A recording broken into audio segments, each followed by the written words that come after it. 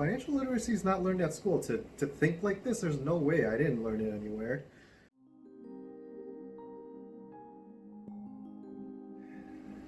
Good morning. This week on Coffee with Chuck, we're going to be talking about generational wealth with real estate.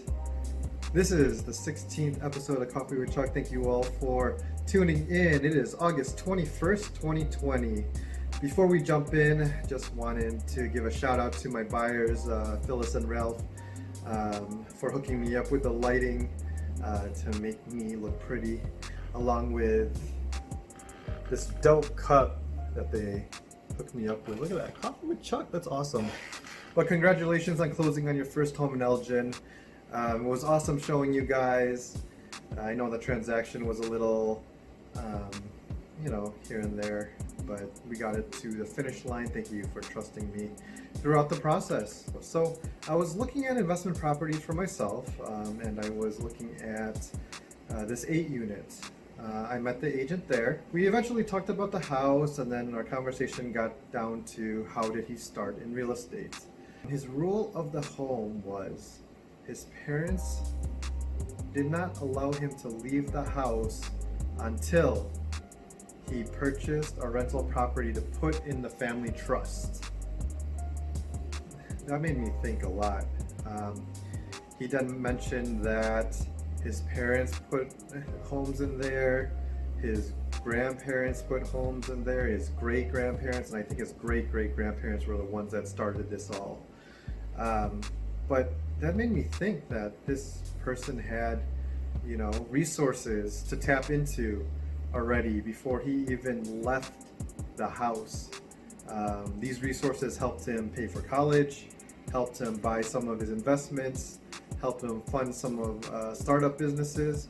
This guy owns a couple strip malls and shopping centers around the Midwest. I realized that it's a marathon, not like a sprint. This family has been working on this for generations already, from his great-great-grandparents to him, and it was slowly but surely, and that was only 3 or 4 generations, and he was already killing it. But I could only imagine what's going to happen with them to pass it down to, I don't know if he has kids, but if his kids, his grandkids, his great-grandkids, stuff like that, they'll be pretty much set. It's not about me now in this lifetime. What I figured out is I was thinking about it, and his great-great-grandparents are probably no longer here. I mean, I don't know, but let's say they're no longer here, but their properties are. Their properties are still cash flowing. They're probably paid off. They could use it as collateral for whatever loan they possibly need. But the thing that really impressed me the most was how this happened. Like, his grandparents and his parents taught him how to manage this fund. Him and his siblings manage this fund, how to use it so that it doesn't just go away. And there's some sort of financial literacy that he learned, and this is not learned at school. Financial literacy is not learned at school. To think like this, there's no way. I didn't learn it anywhere, and that's why it was very surprising to me on how he started. But I'm pretty sure that this is going to be the same setup that he's going to go for generations as well.